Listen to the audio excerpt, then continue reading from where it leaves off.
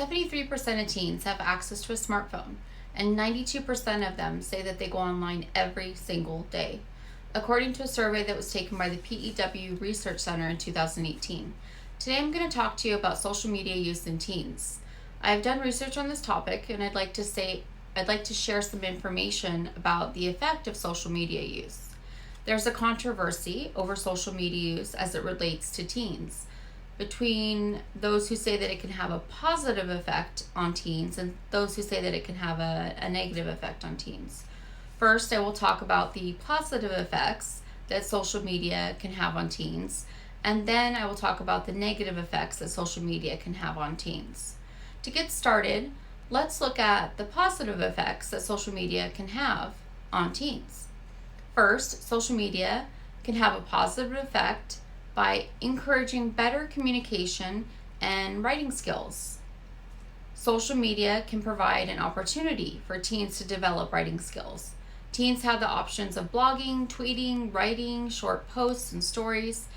And according to the Pew Research Center and a survey that was taken in 2013 of 2,462 U.S. writing teachers to look at their experience of the effects of digital tools that included using social media and how it affected the writing, out of that survey, 96% agree that digital technology allows students to share their work with a wider and more varied audience, and 78% agree that digital technologies encourage student creativity and expression. And additional study was done and issued by the UK's Department of Education in the British Journal of Developmental Psychology in 2014. And they found that texting didn't change communication development in teens, and that those who did text and tweet were actually better at writing. Second, social media use can provide social connections. Social media provides the opportunity to create and maintain friendships.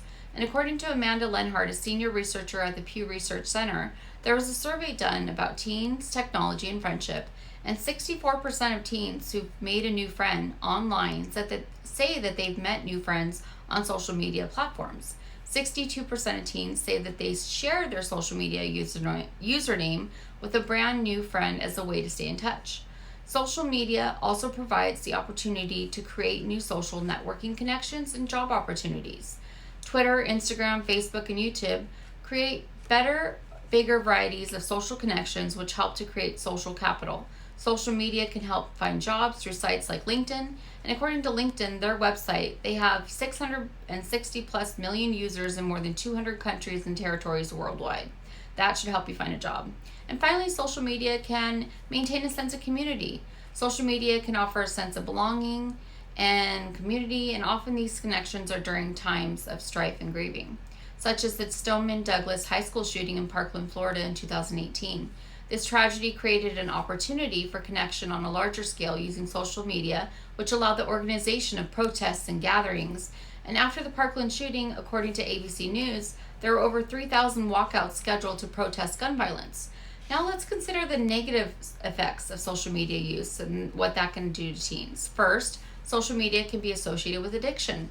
When we think of addiction, what pops into your head? What about someone who's constantly on their phones, needs to check their social media, even at inappropriate times?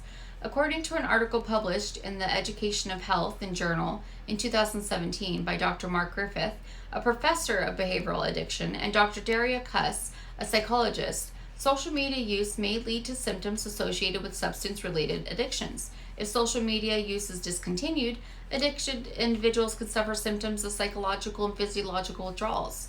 Second, social media use can be correlated with depression.